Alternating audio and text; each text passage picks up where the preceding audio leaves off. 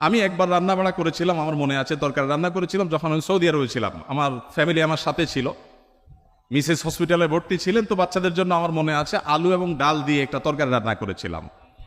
দুর্ভাগ্যের বিষয় যে সেই তরকারি আমি ছাড়া পরিবারের সদস্যদের কেউ খায়নি। বহুত ফজিলত বর্ণনা করলাম, বহুত বোঝানোর চেষ্টা করলাম, বাচ্চারা কেউ সেটা ছুঁয়েও দেখেনি, তারা জাস্ট উপহাস করে ছেড়ে দিয়েছে। অথচ সে আলু আর ডাল রান্না করতে যে পরিমাণ কষ্ট আমার গেছে, যে পরিমাণ ঘাম আমার ঝরেছে, যে পরিমাণ পেরেশানি আমার হয়েছে, সেটা আমি বলে তাদেরকে বোঝাতে পারতাম না।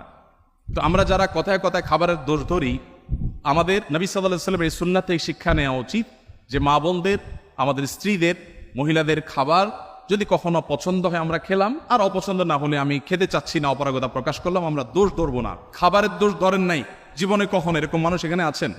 একজনও আছি আমরা? থাকলে হাত তুলতে পারেন। একজন হাত তুলছে। আপনি খাবারের দোষ কখনো ধরেন নাই? কিভাবে সম্ভব? খাবারের দোষ কখনো ধরেন নাই? লবণ কম হয়েছে, এর চেয়ে ভালো হইতে পারতো, এরকম কখনো বলেন নাই? মাশাআল্লাহ, তো আপনি তো মহামানব। দেখুন, এক এলাকায় একজন হুজুর ছিলেন, এলাকার প্রায় সব বাসায় হুজুরের দাওয়াত খাওয়া শেষ, কোনো মহিলা রান্না করে ওই হুজুরকে খাবার খাইয়ে কখনো শান্তিতে থাকতে পারতো না। প্রত্যেকটা দাওয়াতের পর ওই হুজুর একটা না একটা দোষ বাইর করতেন। হয় এখানে লবণ একটু কম হয়েছে, না হলে ওখানে হলুদটা একটু কম হয়েছে, কালারটা একটু ত্রুটি আছে, কোনো না কোনো দোষ তিনি ধরতেন। সেই এলাকায় একজন শিক্ষিত পুত্রবধূ এলেন বাহির থেকে। আসার পর তিনি এই হুজুর সম্পর্কে যখন ধারণা পেলেন যে একজন হুজুর আছেন, এই হুজুরের কেউ খাইয়ে সন্তুষ্ট করতে পারেন না, উনি একটা না একটা দোষ ধরেন। যদিও হুজুর মানুষ দোষ ধরার কথা না, নবী সাল্লাল্লাহু আলাইহি ওয়াসাল্লাম সুন্নাহর খেলাফ। যাই হোক, এটা কতটা বাস্তব ঘটনা তাও জানি না, বাকি গল্প হিসাবে শিক্ষণীয় সেই হিসাবে বলা। তো পরে ওই শিক্ষিত পুত্রবধূ তিনি হুজুরের সমস্ত দোষগুলোর তালিকা করলেন যে উনি কোন কোন দোষ ধরেন সাধারণত, সবগুলোকে নোট করে এমনভাবে একটা রান্না তিনি দিলেন যে এই রান্নাতে হুজুরের দোষ ধরার কোনো ফাঁক রাখলেন না, সব পারফেক্ট রাখলেন। এরপর হুজুরকে দাওয়াত দিয়ে খাওয়ালেন। খাওয়ার পরে এবার পুরুষদের দিকে দিয়ে জিজ্ঞাসা করলেন, এবার হুজুরকে জিজ্ঞাসা করো আজকের খাবার কেমন হয়েছে, কমেন্ট করতে বলো। এখন বেচারা হুজুর দেখলেন যে আসলে কোনো কমেন্ট করার জায়গা নেই, তো এবার বললেন যে আসলে এত ভালো না, এত ভালো না।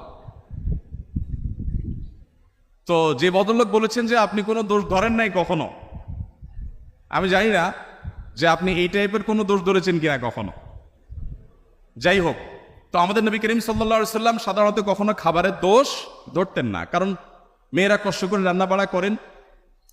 আমরা যদি একদিন এই দায়িত্বটা পালন করি তাহলে আমরা হাড়ে হাড়ে টের পাবো যে রান্না করা এটা কত মজার কাজ।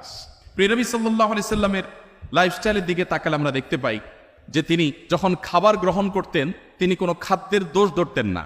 কোনো খাবার তার সামনে এলে পছন্দ হলে খেতেন, আর পছন্দ না হলে তিনি রেখে দিতেন, কখনো দোষ ধরতেন না। কানা নবী সাল্লাল্লাহু আলাইহি ওয়াসাল্লাম লা ইয়াইবু তাআমা কাত্তু, নবী সাল্লাল্লাহু আলাইহি ওয়াসাল্লাম কখনো কোনো খাবারের দোষ ধরতেন না। এই হাদিসের মধ্যে কত্তু একটা শব্দ এসেছে শামাইলে তিরমিজিতে। কত্তু মানে হলো কখনো, তার মানে তার জীবনে কখনো খাবারের দোষ ধরার ঘটনা ঘটেনি।